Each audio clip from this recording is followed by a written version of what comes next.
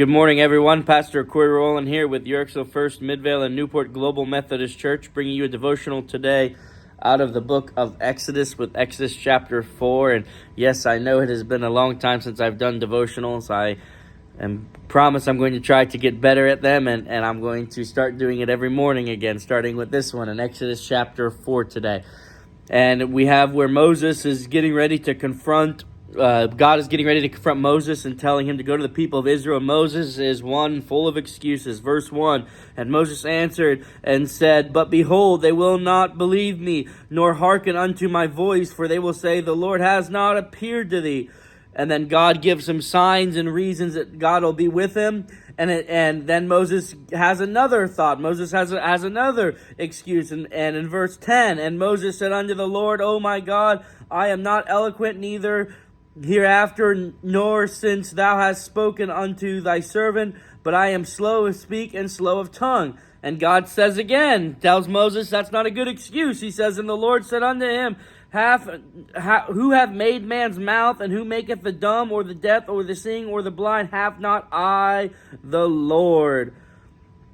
And with that, Moses gave more and more excuses till finally it said, "And the anger of the Lord," in verse 14, "was kindled against Moses. And he said, Is not Aaron the Levite thy brother? I know that he speaks well. And also, behold, he cometh to meet thee. And when he seeth thee, he will be glad in his heart."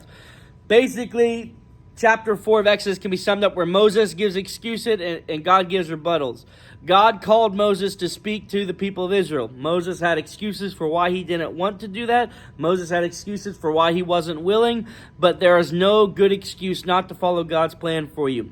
Moses is a perfect example that God does not call the equipped, but he equips the called. If God has called you into something, if God is moving in you, do not let fear or your own inadequacy stop you. In fact, think of what he said to Paul. When Paul says, "Please take this thorn of the flesh," God says, "No, I'm going to leave it with you because my strength works best in your weakness."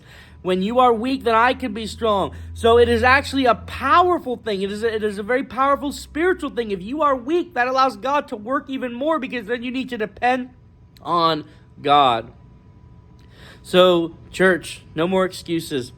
I can't help but feel a little guilty about these excuses, because if you had asked me why I've not been posting devotionals, I'd have a million excuses. So I'm not going to give you any. I'm only going to say I'm here and I'm back now.